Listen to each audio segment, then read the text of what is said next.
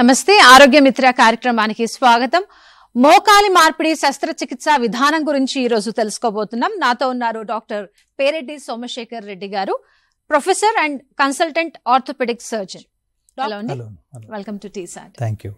మోకాలి మార్పిడి అంటే ఈ శస్త్రచికిత్స విధానం గురించి మనం తెలుసుకునే ముందుగా మార్పిడి వరకు రావడానికి ముందుగా ఎలాంటి లక్షణాలు కనబడతాయి? మోకాలు మార్పిడి అనేది చాలా సాధారణంగా ఇప్పుడు అంటే రొటీన్గా చేసే సర్జరీ, శస్త్రచికిత్స. దీనికి ఈ పరిస్థితి, ఈ సిచ్యువేషన్ రావడానికంటే ముందు మనకు మొట్టమొదటిగా మోకాల్లో నొప్పి రావడం జరుగుతుంది. నొప్పితో మొదలై తర్వాత నడకలో ఇబ్బంది కలగడము, ఎక్కువ దూరం నడవలేకపోవడము, తర్వాత అతి తక్కువ దూరం నడిచినా కూడా నొప్పి రావడము వంటి పరిస్థితులు ఏర్పడతాయి. తర్వాత డిఫార్మిటీ అంటే కొంచెం కాలు వంకర అవ్వడము, అరుగుదల వలన డిఫార్మిటీ కనపడము జరుగుతుంది. ఓకే, అంటే ఏ వయసు వాళ్ళలో ఎక్కువగా ఈ మోకాళ్ళలో అరుగుదల చూస్తున్నారు? మోకాలు అరుగుదల యూజువల్గా అంటే మనం 50 సంవత్సరాల పైబడిన వాళ్ళ దగ్గర ఎక్కువగా మనం ఈ మోకాలు అరుగుదలను చూస్తాము. కానీ ఈ మధ్య కాలంలో రకరకాల కారణాల వలన, అంటే స్పోర్ట్స్ ఇంజురీస్ వలన అయినా ఏం కానీ, రోడ్ ట్రాఫిక్ యాక్సిడెంట్ వలన కానీ మనము ఈ ఆర్థరైటిస్ అనే దాన్ని యంగర్ ఏజ్ గ్రూప్స్లో కూడా చూస్తున్నాము. కొన్ని రకాల కీళ్ళవాతం అంటాము, వాటి వలన కూడా త్వరగా 30 ఏళ్ళలో కానీ 40 ఏళ్ళలో కానీ కూడా మనము ఈ శస్త్రచికిత్స అవసరం పడే సిచ్యువేషన్ మనం చూస్తున్నాం. ఓకే, అయితే ఇప్పుడు సిటీలో ట్రాఫిక్ మనం చూసుకున్నట్టయితే ఈ మధ్య కాలంలో చాలా ఎక్కువ పెరిగిపోయింది. కార్ డ్రైవింగ్ వల్ల కూడా కొంతమంది మోకాలు నొప్పితో బాధపడుతూ ఉంటారు. మరి ఆ మోకాలు నొప్పి సర్జరీకి లీడ్ చేయవచ్చు అంటారా? అరుగుదలకు లీడ్ చేయవచ్చు అంటారా? ఎంతవరకు ఛాన్సెస్ ఉన్నాయి? అన్ని రకాల మోకాలు నొప్పులు ఈ శస్త్రచికిత్స వరకు వెళ్ళవు. మనము తగిన కారణాలు, అది ఎందుకు జరుగుతుంది అంటే మనం కొంతమంది మీరు చెప్పినట్టు డ్రైవింగ్ చేస్తూ ఉంటారు, గంటల తరబడి డ్రైవింగ్ చేసేవాళ్ళు. దాన్ని మనం జాగ్రత్తగా, అంటే కండరాల బలం పెంచుకొని, ఎక్సర్సైజ్ చేసుకొని, మన ప్రొఫెషన్కి తగినట్టుగా మన శరీరాన్ని బలం పెంచుకుంటే, దానికి తగినట్టుగా మనం మార్చుకుంటే మనకు ఈ మోకాలు అరుగుదల లేకుండా మనం నివారించుకోవచ్చు. అది కాకుండా మన ఆరోగ్యం మీద మనం లక్ష్య పెట్టకుండా అలాగే డ్రైవింగ్ చేయడము, లేకపోతే ఏదైనా బరువులు ఎత్తడం వంటి పనులు చేయడము, ఇటువంటివి చేస్తే దానివల్ల అరుగుదల వచ్చే అవకాశం ఉంటుంది. ఆ ప్రొఫెషన్లో ఉన్న వాళ్ళకి ఎంతవరకు ఛాన్స్ ఉందంటారు మోకాలు అరుగుదలకి? మోకాలు అరుగుదలకి అంటే నేను చెప్పినట్టు మనం దానికి తగిన వ్యాయామం, ఎక్సర్సైజెస్ చేయకుండా ఆ వృత్తిని కొనసాగిస్తూ ఉంటే ఆ అరుగుదల వచ్చే అవకాశం చాలా ఎక్కువగా ఉంటుంది. అంటే కామన్ పబ్లిక్లో వచ్చే దానికంటే మామూలు వీళ్ళకి కొంచెం ఎక్కువగా ఉంటుంది. ఓకే, అయితే ఇప్పుడు ఫస్ట్ సిమ్టమ్ ఎలా ఉంటుందంటారు? మోకాలి అరుగుదల ప్రారంభమైందని వాళ్ళు తెలుసుకోవడానికి ఎలాంటి సిమ్టమ్ ద్వారా వాళ్ళు తెలుసుకోవచ్చు అంటారు? అయితే సంథింగ్ ఈజ్ గోయింగ్ రాంగ్ నీలో అని చెప్పేసి. మామూలుగా నొప్పితో మొదలవుతుంది ఇది, కానీ ప్రతి నొప్పి మోకాల అరుగుదల వల్లనే వస్తుందని చెప్పడానికి కుదరదు. కాకపోతే నొప్పి బాగా ఎక్కువ సార్లు రావడము, అంటే ఫ్రీక్వెంట్గా రావడము, తర్వాత నొప్పి పెరుగుతూ ఉండడము, day by day, week by week అలా నొప్పి పెరుగుతూ ఉంటే అరుగుదల ఏమైనా ఉందా అని మనము వైద్యుని సంప్రదించి మనం దాని గురించి తెలుసుకోవాలి. ఎలాంటి మెడికల్ ఇష్యూస్ మన ఈ మోకాళ్ళ మీద ప్రభావం చూపించవచ్చు అంటారు? మెడికల్ ఇష్యూస్ అంటే కొన్ని రకాల ఇన్ఫెక్షన్స్, ఇప్పుడు రుమటాయిడ్ ఆర్థరైటిస్ అని, గౌటీ ఆర్థరైటిస్ అని రకరకాల కీళ్ళవాతాలు ఉన్నాయి. వాటి వలన వైరల్ ఇన్ఫెక్షన్స్, బ్యాక్టీరియల్ ఇన్ఫెక్షన్స్ కీళ్ళలో వచ్చే, ఇవన్నీ కూడా మనకు ఈ ఆర్థరైటిస్ వచ్చేదానికి మనకు దారితీస్తుంది అన్నమాట. తర్వాత మనం ఆడే స్పోర్ట్స్, దాంట్లో జరిగే ఇంజురీసు, తర్వాత యాక్సిడెంట్స్ వలన కూడా ఆర్థరైటిస్ వస్తుంది. ఆర్థరైటిస్ ఉన్న వాళ్ళలో మోకాలు అరుగుదల వచ్చే అవకాశాలు చాలా ఎక్కువ అంటారా? అదే ఆర్థరైటిస్ వలన ఇన్ఫ్లమేషన్, ఆర్థరైటిస్ అంటే ఇన్ఫ్లమేషన్, అక్కడ ఏదైనా ఇన్ఫెక్షన్ వచ్చినా లేకపోతే ఏదైనా డ్యామేజ్ అయినా కూడా రిపేర్ ప్రాసెస్ని మనం ఇన్ఫ్లమేషన్ అంటాం. ఆ ఇన్ఫ్లమేషన్ వలన ఏమవుతుందంటే కీలు అరగడం మొదలవుతుంది. అల్టిమేట్గా ఆర్థరైటిస్ అంటే అరుగుదలకు దారితీస్తుంది. ఓకే, అంటే ఆర్థరైటిక్స్కి సంబంధించి మీరు 2-3 రకాలు చెప్పారు. అంటే ఆ 2-3 రకాల్లో ఏ రకంలో ఈ ఛాన్స్ ఉంటుందంటారు మోకాలు అరుగుదల? మోకాలు అరుగుదల కామన్గా వచ్చేది అంటే మనము ఆస్టియో ఆర్థరైటిస్ అంటాము. అంటే వయసు పెరగడం వలన కామన్గా వచ్చేది ఎక్కువ మందిలో మనం ఇదే చూస్తాము, ఆస్టియో ఆర్థరైటిస్ అని. కానీ ఇప్పుడు ఈ మధ్య కాలంలో వైరస్ ఇన్ఫెక్షన్ వలన, తర్వాత ఈ రుమటాయిడ్ ఆర్థరైటిస్ వెరీ కామన్, ఈ తర్వాత గౌటీ ఆర్థరైటిస్, దానివలన కూడా చాలా మందిలో ఆర్థరైటిస్ కనపడుతూ ఉంటుంది. కొంతమంది చెప్తూ ఉంటారు, నడుస్తున్నప్పుడు మోకాళ్లలో ఏదో చిన్న శబ్దం వినిపిస్తున్నట్టుగా మేము ఫీల్ అవుతున్నాము అని. అది దీనికి సూచనే అంటారా? కాదు, అన్ని రకాల మోకాల్లో వచ్చే శబ్దాలు, అన్ని రకాల శబ్దాలు దీనికి మోకాల అరుగుదలకే సూచన అని కాదు. కానీ కొన్ని ఫ్రిక్షన్ వలన వచ్చే శబ్దాలు ఉంటాయి, వాటి వలన మనము దాంతోపాటు నొప్పి కూడా దాంతోపాటు ఉంటే అప్పుడు అది ఆర్థరైటిస్గా మనం పరిగణించవలసి ఉంటుంది. అంటే ఈ మోకాలు అరుగుదలలో మొదటగా కనిపించే లక్షణం వచ్చేసి నొప్పి అన్నారు. అంటే ఇందులో స్టేజెస్ ఏమైనా ఉంటాయా, లేదు వాళ్ళకి ఈ నొప్పితో వాళ్ళ అరుగుదల మొదలైపోయి ఇంకా వాళ్ళకి సర్జరీ అవసరం పడుతుందంటారా? ఈ నొప్పిలో స్టేజెస్ అనకుండా మనం ఈ ఆస్టియో ఆర్థరైటిస్ అంటే ఈ అరుగుదలలో స్టేజెస్ ఉంటాయి. స్టేజ్ 1, స్టేజ్ 2, స్టేజ్ 3, స్టేజ్ 4 అని 4 భాగాలుగా దాన్ని విడదీస్తాం అన్నమాట. స్టేజ్ 1, స్టేజ్ 2 అర్లీ స్టేజెస్, అంటే వీటిని మనం మెడికేషన్స్తో, ఎక్సర్సైజ్తో, నాన్ సర్జికల్ విధంగా మనం దాన్ని గుణపరచవచ్చు.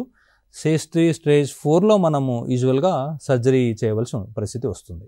ఓకే, అంటే ఎలాంటి లక్షణాలు వాళ్ళు కనబడితే వెంటనే డాక్టర్ దగ్గరికి రష్ అయిపోవాలంటారు?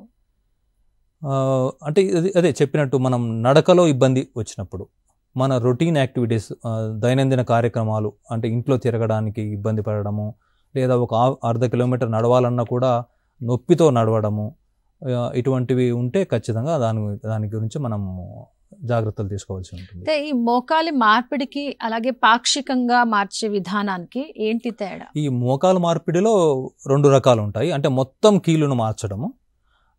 ఇక్కడ 2 మోకాల్లో లోపలి వైపు కీలు, బయటి వైపు కీలు అని 2 ఉంటాయి. యూజువల్గా ఏమవుతుందంటే లోపలి వైపు కీలు ఎక్కువగా అరుగుతుంది. ఈ లోపల వైపు కీలు మాత్రమే అరిగినప్పుడు ఆ పాక్షికంగా ఆ భాగాన్ని మాత్రమే మనము కీలు మార్పిడి చేస్తాం అన్నమాట, మొత్తం కీలు మార్పిడి చేయకుండా. ఓకే, అంటే ఇప్పుడు మీరు 50s వాళ్ళకి ఎక్కువగా చేస్తున్నారా సర్జరీస్ అన్నీ కూడా? అబౌవ్ 50 ఇయర్స్ వాళ్ళకి ఎక్కువగా నీ రీప్లేస్మెంట్ అవసరం పడుతూ ఉంది. ఈ మధ్య కాలంలో తక్కువ వయసు ఉన్న వాళ్ళు, యుక్త వయసులో ఉన్న వాళ్ళకు కూడా మనము కీలు మార్పిడి చేయవలసిన అవసరం వస్తుంది. ఎంత పర్సెంటేజ్ పెరిగిందంటారు? పర్సెంటేజ్ చెప్పలేం కానీ బాగా పెరిగింది, కన్సిడరబుల్గా పెరుగుతూ ఉంది. ఈ మధ్య కాలంలోనే మీరు ఆ మార్పు గమనిస్తున్నారు? అవును, ఈ గత ఒక 10 సంవత్సరాల నుంచి పెరుగుతూ వస్తుంది. ఓకే, అంటే ఎలాంటి కారణాలతో వస్తున్నారు కారణాలు? పేషెంట్స్ అంతా కూడా అంటే మన ఫిజికల్ యాక్టివిటీ మెయిన్ రీజన్, కండరాల బలహీనత, ఇంకొకటి sports, people are more active in to the sports, and injuries, దెబ్బలు తగిలించుకోవడం, కీలు ఫ్రాక్చర్స్ అవ్వడము, లేదా బెనకడము, డిస్లొకేషన్, సబ్లక్సేషన్ జరుగుతాయి అన్నమాట, కీలు జరగడం స్థానంలో నుంచి. దాని వలన కూడా ఈ అరుగుదల ఎక్కువగా ఈ యుక్త వయసు వాళ్ళలో వస్తుంది. ఓకే, ఇప్పుడు డిస్లొకేట్ అయిన వాళ్లకు ట్రీట్మెంట్ ఏ విధంగా ఉంటుందంటారు? డిస్లొకేట్ అయిన వాళ్ళకు అప్పటికి ఆ డిస్లొకేషన్ని మనం రెడ్యూస్ చేయడము, దాని ట్రీట్మెంట్ ఇస్తాము. కానీ ఈ అరుగుదల కనపడేది ఒక 5-10 సంవత్సరాల తర్వాత కనపడుతుంది, వెంటనే కనపడదు. ఓకే, సో ఆ డిస్లొకేట్ అయిన తర్వాత 5 ఏళ్ల తర్వాత మళ్ళీ కనపడుతుంది. కానీ ఆ డిస్లొకేషన్ అయినప్పుడు మనం దానికి లిగమెంట్ ఇంజరీస్ ఉన్నాయా లేదా చూసుకోవాలి. ఆ లిగమెంట్ ఇంజరీస్ను మనము మన సర్జరీ చేసి దాన్ని లిగమెంట్ రీకన్స్ట్రక్షన్స్ అన్ని చేసి నీని స్టేబుల్గా ఉంచుకుంటే అరుగుదల ఏమీ రాదు. ఇప్పుడు చిన్నపిల్లలు ఆడుతూ పడిపోతారు, వాళ్ళకి ఎయిర్లైన్ ఫ్రాక్చర్స్ అలాంటివి అవుతూ ఉంటాయి, వెంటనే వాసిపోవడం, అలాంటివి మనం రెడ్ అవ్వటం అప్పుడు చూస్తూ ఉంటాం కదా.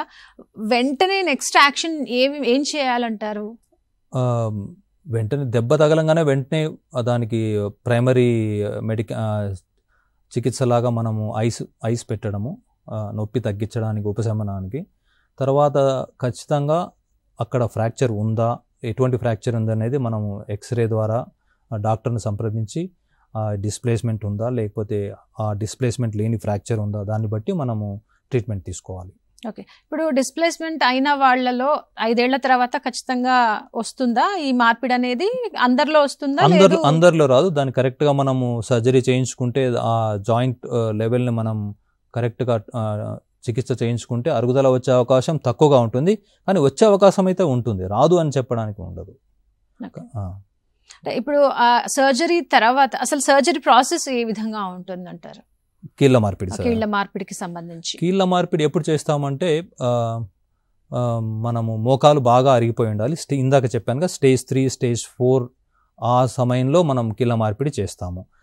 అంటే ఎక్స్రేలో స్టేజ్ 3 స్టేజ్ 4 ఉన్నంత మాత్రం మనం కీళ్ళ మార్పిడి చేస్తామని కాదు, కానీ అదేవిధంగా దానికి తగిన విధంగా పేషెంట్కి నొప్పి ఉండడము, తన పనులు తను చేసుకోలేకపోవడము, నడకలో ఇబ్బంది, తర్వాత మన రోజువారీ కార్యక్రమాలు చేసుకోవాలన్నా కూడా బాగా నొప్పితో కూడుకున్నదైతే ఖచ్చితంగా మనం నీ రీప్లేస్మెంట్ చేసుకోవాలి.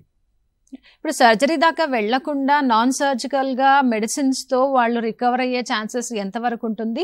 ఏ స్టేజ్లో వస్తే వాళ్లకు ఈ ఛాన్సెస్ ఉంటాయి? అంటే ఈ కీళ్ళ మార్పిడిలో మనం ఇప్పుడు స్టేజ్ 1 స్టేజ్ 2 ఇందాక చెప్పాను కదా, స్టేజ్ 1 స్టేజ్ 2 ఈ స్టేజెస్లో మనము మెడికల్ ట్రీట్మెంట్ నాన్ సర్జికల్ మెథడ్స్ని మనం ఉపయోగించుకోవచ్చు.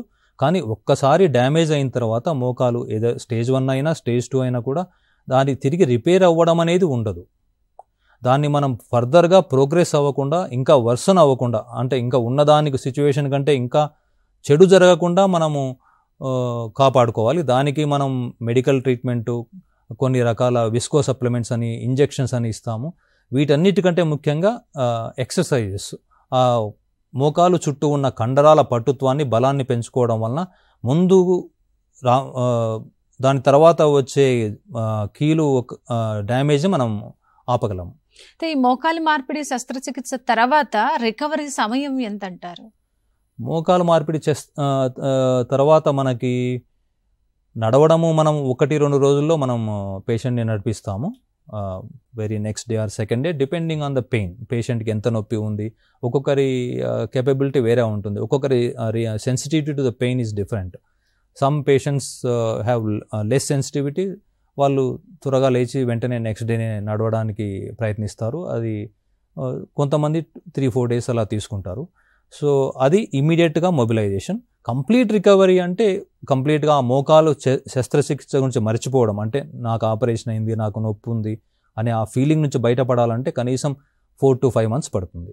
ఇప్పుడు ఆపరేషన్ అనగానే భయపడిపోతూ ఉంటారు. అంటే 50 ఏళ్ళు పైబడిన వాళ్ళంటే ఇంకా వాళ్ళు చాలా భయపడిపోతుంటారు. అంటే అసలు నడుస్తామా లేదా, ఈ ఆపరేషన్ సక్సెస్ అవుతుందా లేదా, ఇలాంటి ఎన్నో ప్రశ్నలు వాళ్ళ మనసులో ఉంటాయి. వాళ్ళకి అప్పుడు కౌన్సిలింగ్ అవసరం అంటారా? ఈ కౌన్సిలింగ్ అవసరమే. సాధారణంగా ఆపరేషన్ అంటే శస్త్రచికిత్స అనగానే ఎవరికైనా హ్యూమన్ నేచర్ భయం అనేది ఉంటుంది. మోకాలు చాలా ముఖ్యమైన భాగము. అక్కడ ఏ ఇబ్బంది వచ్చినా నడవడము ఇబ్బందిగా ఉంటుంది, జీవితాంతం ఇబ్బంది పడవలసిన పరిస్థితి, నొప్పితో ఉండాలి అది ఆ భయాలు ఉంటాయి పేషెంట్కి. కాకపోతే ఇక్కడ ఇంపార్టెంట్ ఏమంటే అందరూ తెలుసుకోవాల్సింది ఏమంటే success rate is very high, 99%, and satisfaction rate also very high. So ఆ ఆర్థరైటిస్ వలన ఆ డిసేబిలిటీ, ఆ నడవలేకపోవడము, ఆ సఫరింగ్ నుంచి బయటపడడానికి ఖచ్చితంగా ఈ శస్త్రచికిత్సను మనము అవసరమైనప్పుడు ఉపయోగించుకోవాలి. దీని నుంచి భయపడి వెనక్కి వెళ్ళకూడదని మాత్రం నేను చెప్పగలను. మోకాలు మార్పిడి సర్జరీకి సంబంధించి మనం మరికొంత మాట్లాడే ముందుగా అధిక బరువుతో బాధపడే వాళ్ళు ఈ మధ్య కాలంలో చాలా ఎక్కువగా మనం చూస్తున్నాం. ఒబెసిటీతో మోకాల్కి సంబంధించి ఎలాంటి సమస్యలు రావచ్చు, అరుగుదల వాళ్ళలో ఎంతవరకు ఉంటుంది? ఒబేసిటీ వలన కొంతవరకు ప్రాబ్లమే. Obesity is problem for anything everything.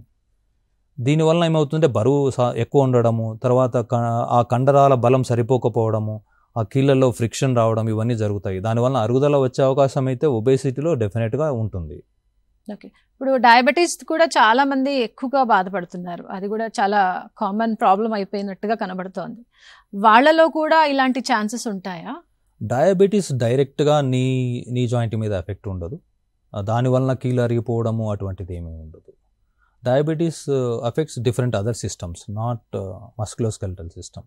Okay, right. ఇప్పుడు సర్జరీ విషయానికి వస్తే, ఈ సర్జరీ ఇప్పుడు మొత్తం ఆ కీలు మార్చటం, పాక్షికంగా మార్చటం, ఈ 2 విధానాల గురించి మీరు ఒకసారి ఎక్స్ప్లెయిన్ చేయండి. ముందుగా పాక్షికంగా మార్చడం అంటే ఏ ప్రాంతం అయితే అరిగిందో, ఇప్పుడు ఇక్కడ ఇది తీసుకొచ్చాను, ఇది మొత్తము కీలు మార్పిడి అనమాట. ఇది తొడ భాగంలోని ఎముక, ఇది కింద కాలు భాగంలోని ఎముక అనమాట. దీన్ని మొత్తము మార్చామన్నమాట. ఇప్పుడు దీనికి ఈ విధంగా మెటల్ కప్ పెడతాం, దీనికి తొడ భాగంలోని ఎముకకి ఇలా మెటల్ కప్ పెడతాము. ఇది కింద, ఇదేమో కింద కాలు భాగానికి కాలు ఎముక కింద, మోకాలు కింద ఎముకకి ఈ విధంగా టైటానియం ప్లేట్ను అమరుస్తాము. ఈ రెండిటి మధ్యలో ఈ ప్లాస్టిక్ లాంటివి ఉంటుంది, ఫ్రిక్షన్ లేకుండా దీన్ని పెట్టేసి ఈ విధంగా కీలును అమరుస్తామన్నమాట. ఇది స్మూత్గా దీని మీద గ్లైడ్ అవుతూ ఉంటుంది. ఇది పూర్తిగా కంప్లీట్ టోటల్ నీ రీప్లేస్మెంట్ అని చెప్తాము. అంటే కంప్లీట్గా నీ జాయింట్ ఈజ్ రిప్లేస్డ్. అలా కాకుండా ఒకే భాగం ఒకసారి ఏమవుతుంది, ఓన్లీ ఒక సైడ్ మాత్రమే, దీంట్లో ఈ సగభాగం మాత్రమే అరిగిపోతుంది. అప్పుడు ఈ సగభాగాన్ని మాత్రమే రిప్లేస్ చేస్తాము. దాన్ని పాక్షిక శస్త్రచికిత్స అంటాము. ఓకే, ఇప్పుడు అంటే ఎంతవరకు రికవరీ ఛాన్సెస్ ఉంటాయంటారు? ఈ పాక్షికంగా చేసిన దాంట్లో కూడా సక్సెస్ రేట్ ఉందా? పాక్షికంగా చేసినా మనం చూస్ చేసుకోవాలి ఆ పేషెంట్కి, ఎవరికి పాక్షికంగా చేయడం వలన బెనిఫిట్ ఉంటుంది, ఎవరికి టోటల్ నీ చేయవలసిన అవసరం ఉంటుంది. మనం ఎక్స్రేసు ఇతర డయాగ్నోస్టిక్ మెథడ్స్ ద్వారా తెలుసుకొని ఆ పేషెంట్ యొక్క నొప్పిని అవసరాన్ని బట్టి మనం పాక్షికంగా అవసరమైతే అది చేయాలి, లేకపోతే టోటల్ నీ రీప్లేస్మెంట్ చేయాలి. ఓకే, ఆ సర్జరీ టైంలో ఎలాంటి అనస్థీషియా ఉపయోగించబడుతుందంటారు? ఇది నీ రీప్లేస్మెంట్ అనేది మోకాలు శస్త్రచికిత్స కాబట్టి మనం కింది వరకు అనస్థీషియా ఇస్తే సరిపోతుంది. అంటే స్పైనల్ అనస్థీషియా సరిపోతుంది. ఓకే, దాంట్లో ఎపిడ్యూరల్ అనస్థీషియా అని కూడా ఇస్తారు. అంటే ఆపరేషన్ తర్వాత కూడా నొప్పి లేకుండా ఉండడానికి అదే దాన్ని కంటిన్యూ చేసుకోవచ్చు అనమాట. ఒక 2-3 డేస్ ఆ పేషెంట్కి ఆ శస్త్రచికిత్స వలన వచ్చే నొప్పి లేకుండా ఎపిడ్యూరల్ అనస్థీషియాని కూడా వాడుకోవచ్చు. నడుములో ఇవ్వడం వలన అదొక అడ్వాంటేజ్ ఉంటుంది. ఇప్పుడు ఆ రెండిటి మధ్య గుజ్జు అరగకుండా చూసుకోవడానికి వీళ్ళు ఎలాంటి చర్యలు తీసుకోవాలంటారు? ఇది ప్రివెంటివ్ మెజర్స్ అంటాము. అంటే మోకాలు అరగకుండా ఉండడం అంటే న్యాచురల్గా మోకాలను హెల్దీగా, అంటే ఫస్ట్ థింగ్ ప్రివెంట్ ఇంజురీస్, మోకాలకి ఎటువంటి దెబ్బలు తగలకుండా, ఫ్రాక్చర్స్ రాకుండా, తర్వాత స్పోర్ట్స్ ఇంజురీస్ అవ్వకుండా చూసుకోవాలి. అలా అని స్పోర్ట్స్ ఆడొద్దని చెప్పడం లేదు. స్పోర్ట్స్ ఆడే ముందు దానికి తగిన విధంగా వార్మప్ చేయడము, కండరాల బలం పెంచుకొని పటుత్వం పెంచుకున్న తర్వాత తగిన ఆటలు ఆడడము చేయాలి. తర్వాత రొటీన్ లైఫ్ స్టైల్లో కూడా ఇప్పుడు ఏమవుతుందంటే ఎటువంటి ఉద్యోగాలు ఎక్కువగా ఉంటున్నాయి, డెస్క్ జాబ్స్ ఎక్కువ, అంటే కూర్చొని పని చేయడం. 8 నుంచి 10 గంటలు పనిచేస్తారు. దాని తర్వాత ఆ 10 గంటలు పని చేయడం, కూర్చొని పని చేయడం, శరీరం తనంతట తాను వీక్ అయిపోతుంది. కండరాల్లో బలం ఏమి ఉండదు, ఎక్సర్సైజ్ ఉండదు. దానివల్ల ఏమవుతుంది, మోకాలు ఆ ఫ్రిక్షన్ పెరుగుతుంది కీళ్ళలో. ఇప్పుడు కండరాలు దాని చుట్టూ ఉన్న లిగమెంట్స్, ఆ ఎముక బలంగా ఉన్నప్పుడు కీళ్ళలో ఫ్రిక్షన్ ఉండదు, అరుగుదల తక్కువగా ఉంటుంది. సో అందుకని ఈ ఎక్సర్సైజ్ చేయడం, వ్యాయామం చేయడము, అంటే అండర్ ద గైడెన్స్, గ్రాడ్యువల్ వే, సడన్గా వెళ్ళి ఏదో చేసేయడం వలన ఇంజురీస్ అవుతాయి. దాన్ని తెలుసుకొని ఏ విధంగా చేయాలని ఎక్స్పర్ట్స్ ఒపీనియన్ తీసుకొని దానికి తగిన విధంగా ఎక్సర్సైజ్ చేయడం వలన ఖచ్చితంగా మోకాలు అరుగుదల కాకుండా దాన్ని కాపాడుకోవచ్చు.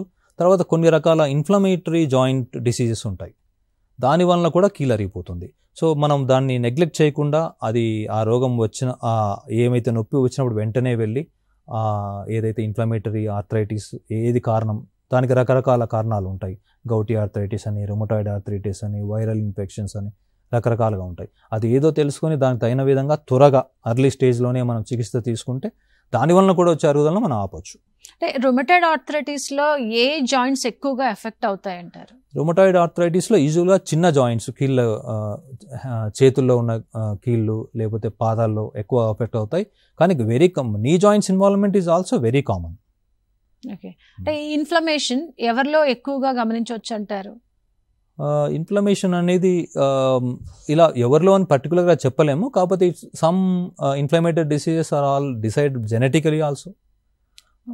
Usually triggered by viral thing.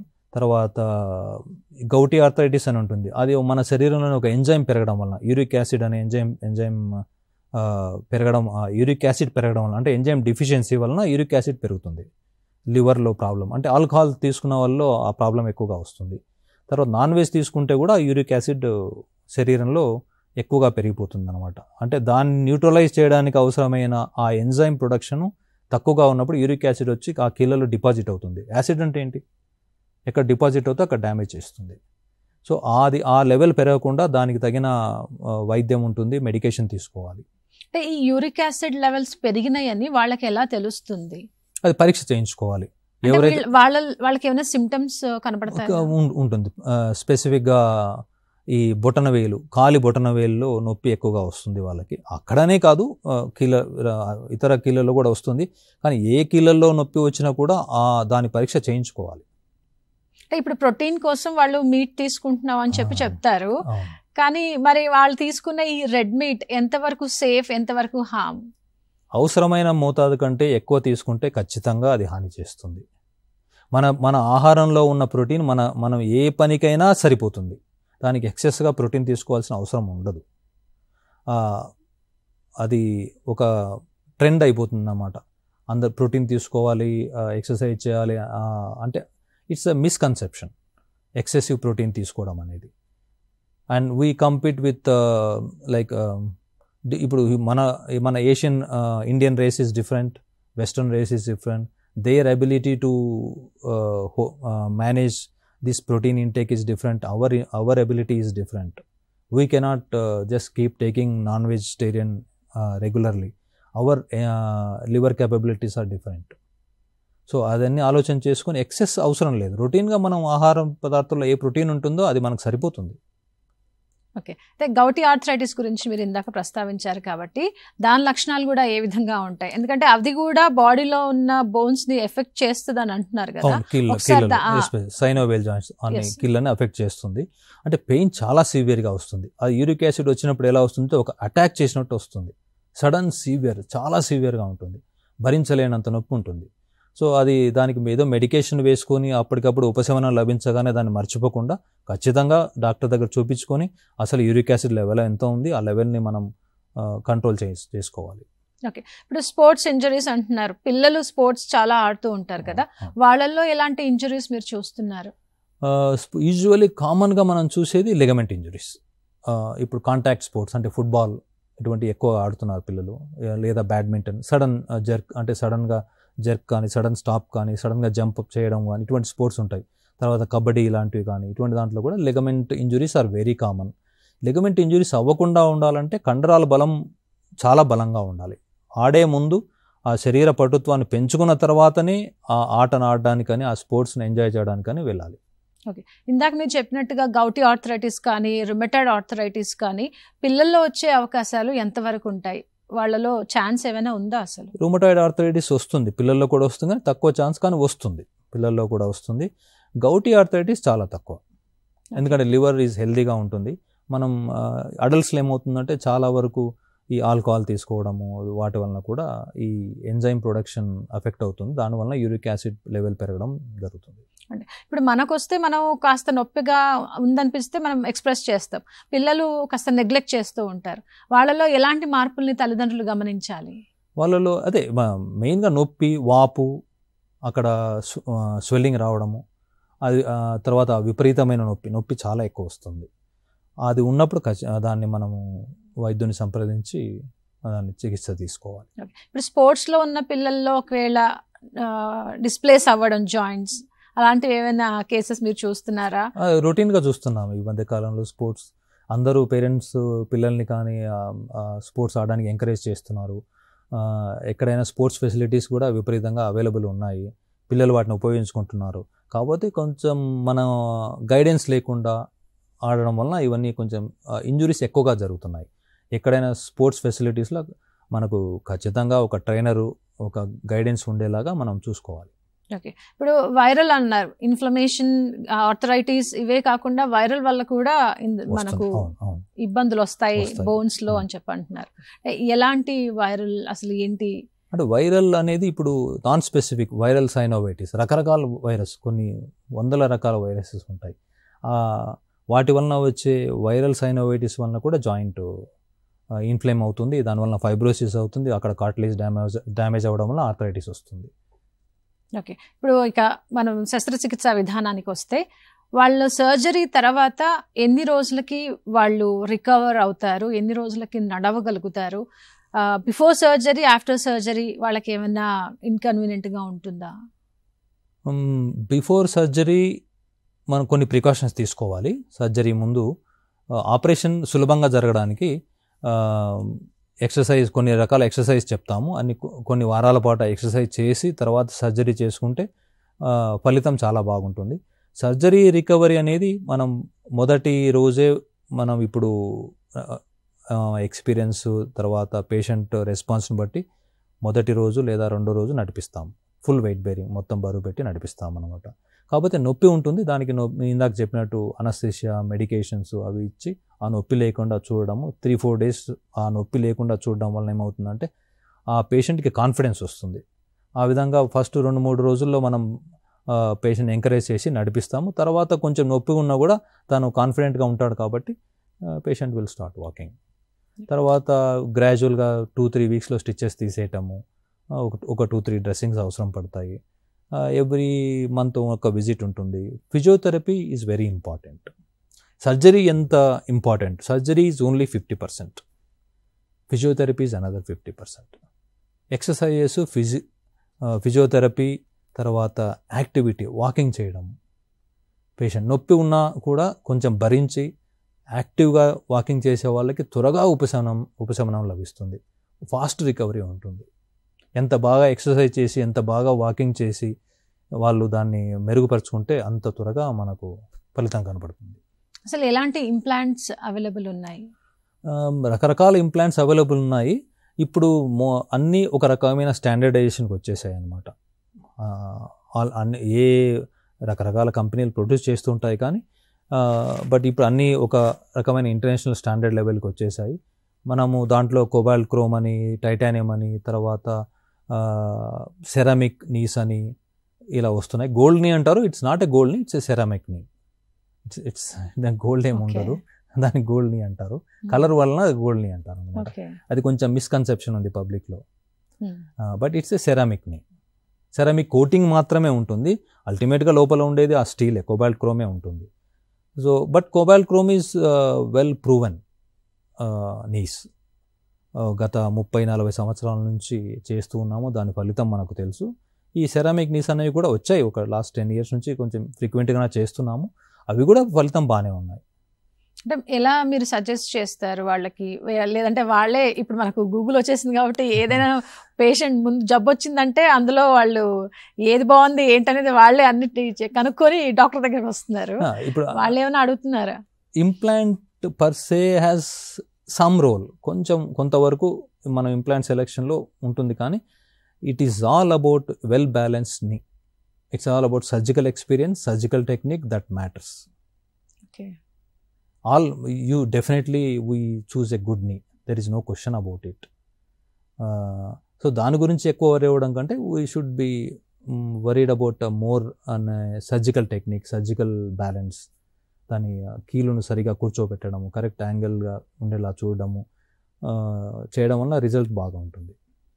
Failure chances ఎంతవరకు ఉంటాయి? అంటే ఫెయిల్యూర్ అంటే కొంతమంది అంటుంటారు కదా, నొప్పి ఇంకా తగ్గలేదు, నాకు ఇంతకుముందు ఎలా సర్జరీ బిఫోర్ న్యాచురల్గా ఎలా నడిచామో అలాంటి ఎక్స్పీరియన్స్ నేను చేయట్లేదు చెప్తూ ఉంటారు. అంటే ఈ డిస్సాటిస్ఫాక్షన్ అనేది కొంచెం అర్లీ స్టేజ్లో నీ రీప్లేస్మెంట్ చేసుకున్న వల్ల కొంచెం ఆ రిజల్ట్ అనేది ఆ తేడా వాళ్ళకి ఎక్కువ కనపడదు. లేట్ స్టేజ్లో స్టేజ్ 3, స్టేజ్ 4లో వచ్చే వాళ్ళకి ఏమంటే వాళ్ళకి చాలా విపరీతమైన పెయిన్తో వస్తారు. పోస్ట్ సర్జికల్లీ ఆ కరెక్షన్ వలన వాళ్ళకు వచ్చే రిలీఫ్, వాళ్ళకున్న పెయిన్లో చాలా మార్పు కనపడుతుంది. They will be heavily satisfied. Okay, so ఈ satisfaction level is very high in the surgery. కానీ కొంతమందిలో కొన్ని కారణాల వలన, అంటే fibrosis of the knee joint వలన కొంచెం పెయిన్ వస్తుంది. ఎక్సర్సైజ్ సరిగా చేయడం, ఇంతకుముందు చెప్పాను ఫిజియోథెరపీ సరిగా చేయకపోవడం వలన కొంత నొప్పి ఉండిపోయే అవకాశం ఉంటుంది.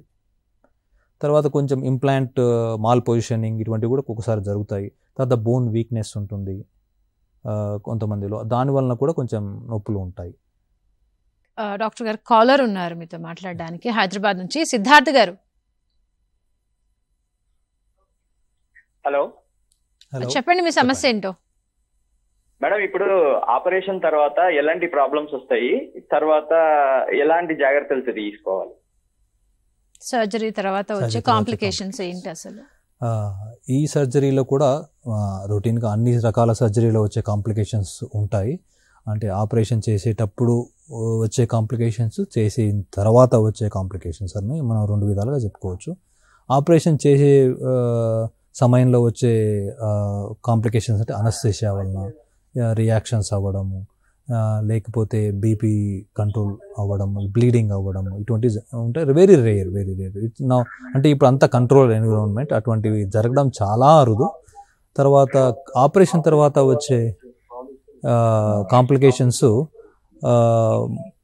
మోస్ట్ కామన్లీ అంటే very rare, complications are very rare in this surgery. కానీ ఉన్న దాంట్లో infection is very common.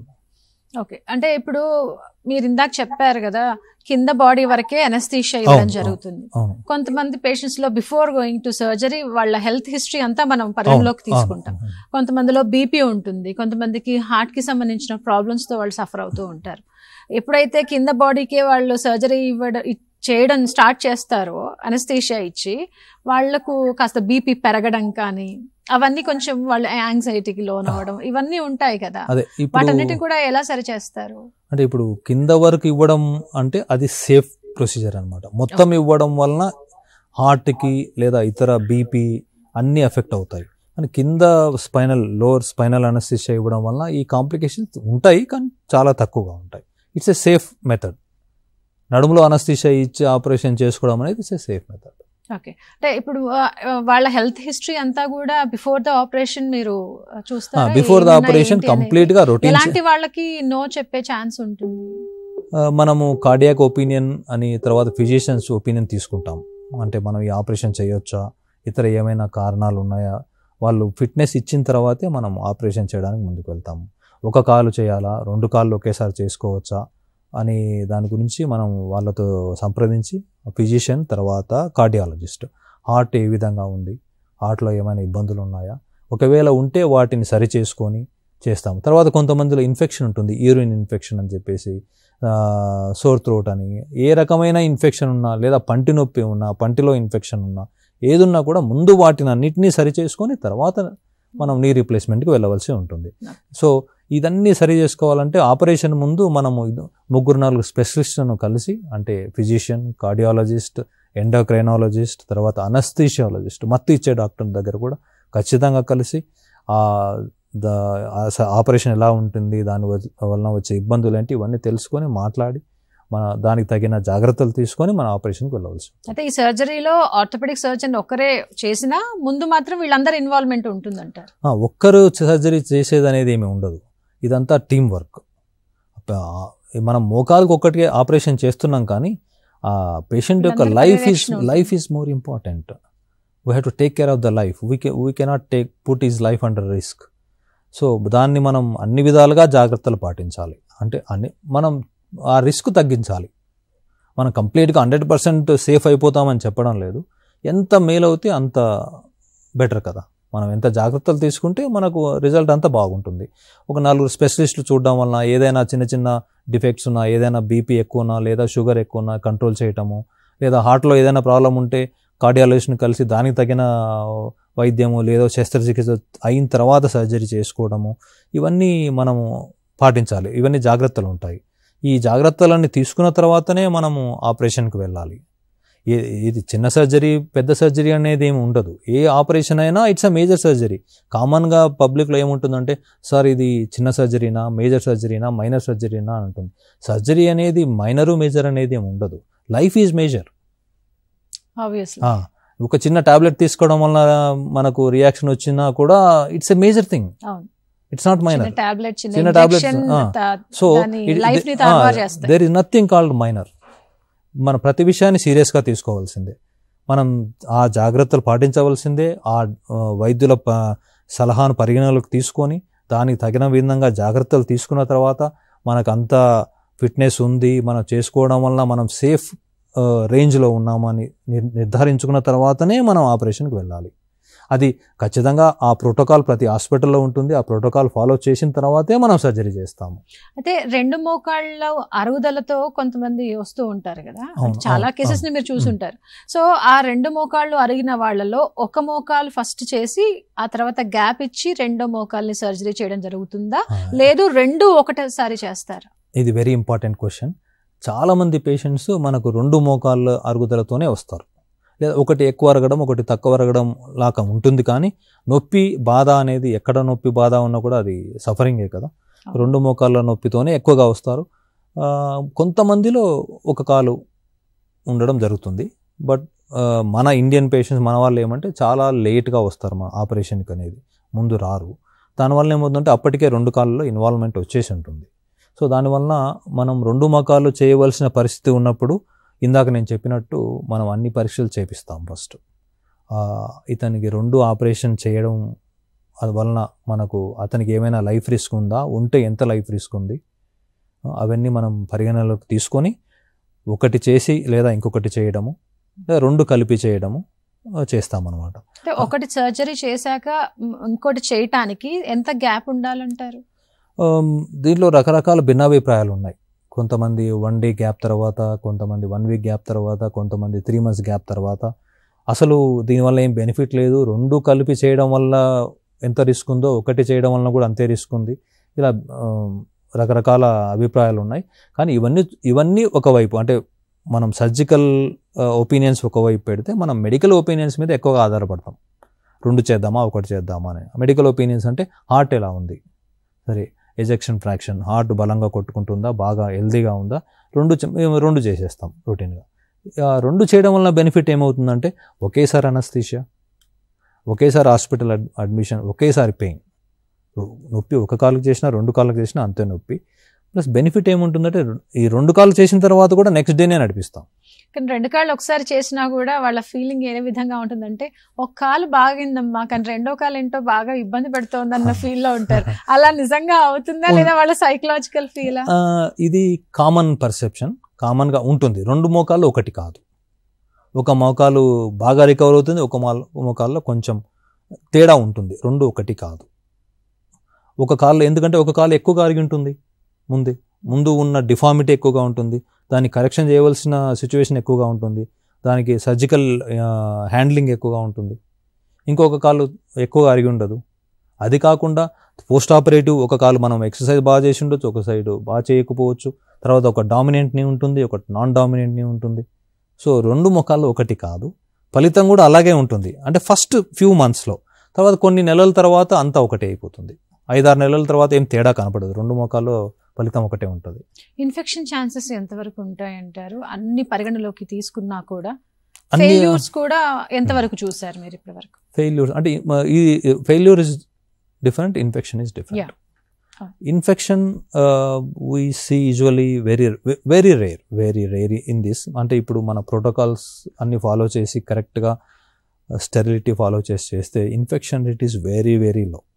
You can say 1 in few hundreds or అంత లోగా ఉంటుంది ఇన్ఫెక్షన్ రేటు. కానీ దాని అర్థం ఇన్ఫెక్షన్ రాదు అని కాదు, ఇన్ఫెక్షన్ వచ్చే అవకాశం ఉంటుంది. ఎందుకంటే ఇప్పుడు 50% ఆఫ్ పాపులేషన్ ఈజ్ డయాబెటిక్. తర్వాత హిడెన్ ఇన్ఫెక్షన్స్ ఉంటాయి బాడీలో. మనం ఎన్ని పరీక్షలు చేసినా కూడా మనము ఆపరేషన్ తీసుకునే ముందు యూరినరీ ఇన్ఫెక్షన్ కానీ, థ్రోట్ ఇన్ఫెక్షన్ కానీ, సబ్ క్లినికల్ ఇన్ఫెక్షన్స్ శరీరంలో ఉండే అవకాశం ఉంటుంది.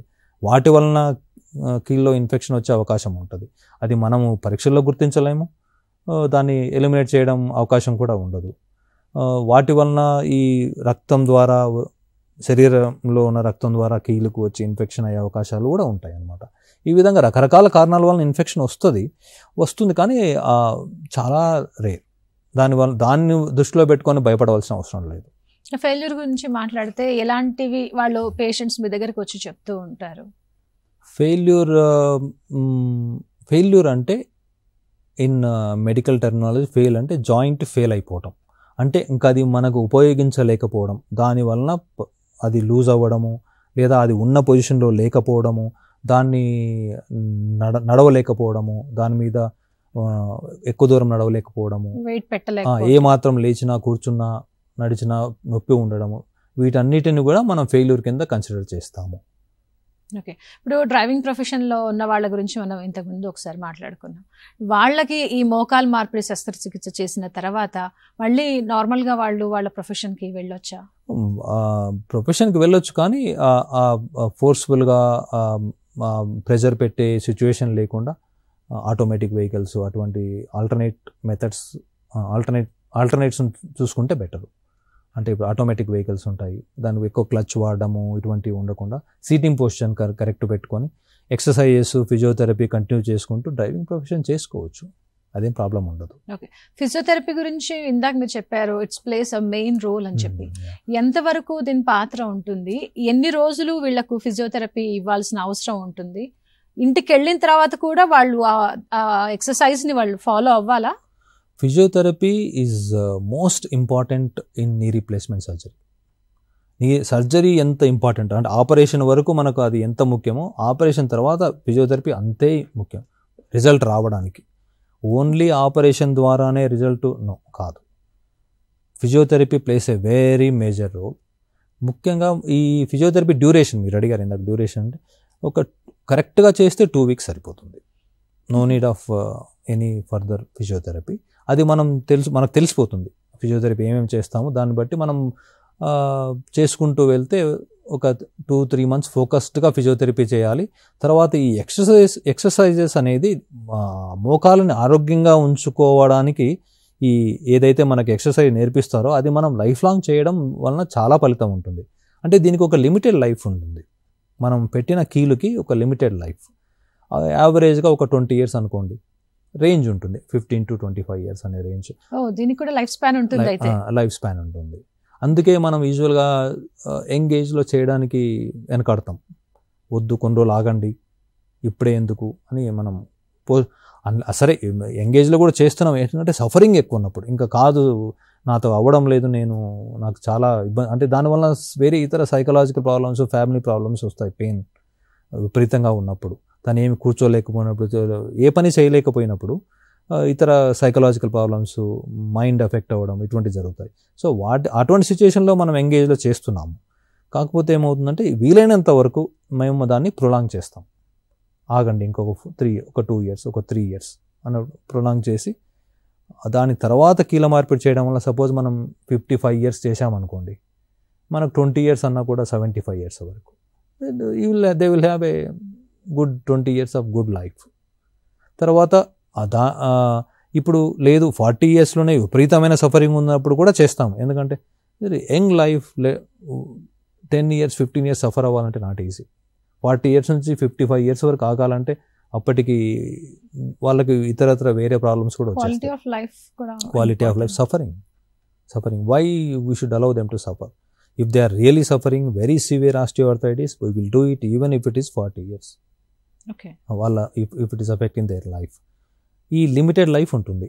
సో 40 years చేసినప్పుడు అరౌండ్ 60 లేదా 55-60కి మళ్ళీ చేయాలి. సో దాన్ని మనం ఇంప్లాంట్ ఫెయిల్ అవుతాయి. ఇందాక మనం ఫెయిల్యూర్ గురించి మాట్లాడుకున్నాం కదా, ఈ ఇంప్లాంట్ అంటే దాని సమయం అయిపోయినప్పుడు బోన్ యొక్క క్వాలిటీ, ఆ స్ట్రెంగ్త్ని బట్టి, ఆ ప్రెషర్ని బట్టి, మనం ఆ కాలును పేషెంట్ వాడిన విధానం బట్టి ఆ ఫెయిల్యూర్ అనేది ఉంటుంది. ఫెయిల్యూర్ వచ్చినప్పుడు మనం ఆ కీలును మొత్తం తీసేసి మళ్ళీ కొత్త కీలును వేయాలి. అంటే ఇప్పుడు చాలా రకాలు ఉంటాయి ఇంప్లాంట్స్ అని చెప్పేసి అన్నారు కదా, అన్ని లైఫ్ స్పాన్స్ ఇంతే ఉంటాయా, లేదంటే వాటిలో రకాలని బట్టి కూడా వాటి లైఫ్ స్పాన్ తగ్గటం? Definitely good quality implants will have a good life span. But again not just implant will not decide about our life style, our regularity in exercises, our attention to the knee, our attention to our health, and frequent visits to doctor and checkups if there are any issues to rectify them in early stages, which will prolong your joint life.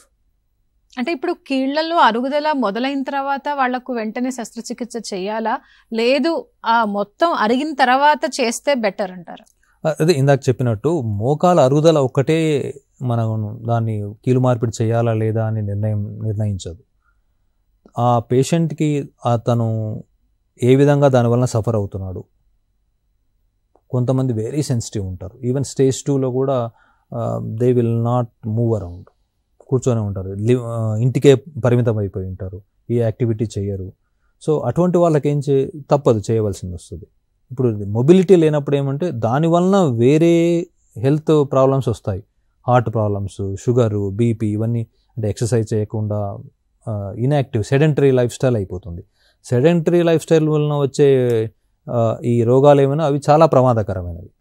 So ఇవన్నీ దృష్టిలో పెట్టుకొని మనం కీలు మార్పిడి చేయాలా వద్దా అనేది ఒక నిర్ణయం తీసుకుంటాం. ప్లస్ బట్ యూజువల్లీ మనం స్టేజ్ 3, స్టేజ్ 4లో ఉన్నప్పుడు కీలు మార్పిడి చేయడానికి అడ్వైస్ చేస్తాం.